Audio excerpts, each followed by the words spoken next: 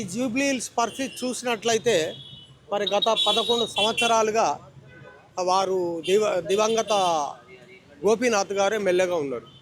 ఇది పేరుకే నాకు తెలిసి జూబ్లీ హిల్స్ బాగా ప్రైమ్ ఏరియా, బాగా ఉన్నత వర్గాలు ఉన్నారు అనుకుంటారు. కానీ వాస్తవంగా చెప్పాలంటే ఇక్కడ సిచ్యువేషను గల్లీలలో, డివిజన్స్లో, కాలనీలలో చూస్తే బస్తీలలో చాలా అధ్వానంగా ఉన్నదండి.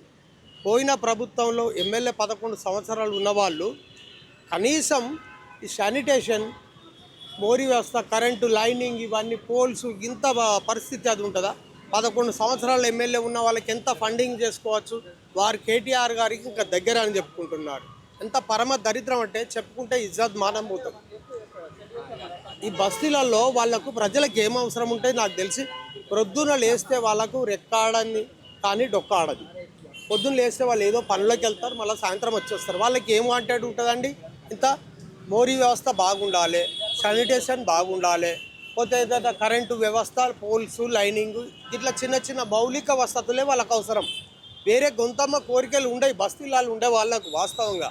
కానీ పరమ దరిద్రపు ఎమ్మెల్యే వాళ్ళ దరిద్రం ఏందంటారు ఇక్కడ ఈ కాలనీ జూబ్లీ హిల్స్లో ఉండే వాళ్ళంతా ప్రజలు. చాలా తప్పు. ఒక పదవి వచ్చిందంటే ఆ పదవి బాధ్యతాయుతంగా ఉండాలి. ఏ ఎమ్మెల్యే కానీ, ఏ నాయకుడు కానీ ఆ పదవికి న్యాయం చేయాలి. ఆ పదవి ద్వారా ప్రజలకు ఫెసిలిటేషన్ చేయాలి. వాస్తవంగా చెప్పాలంటే ఇంత దరిద్రపు కాన్స్టిట్యున్సీ ఎక్కడ కనబడదు అనుకుంటా నేనైతే.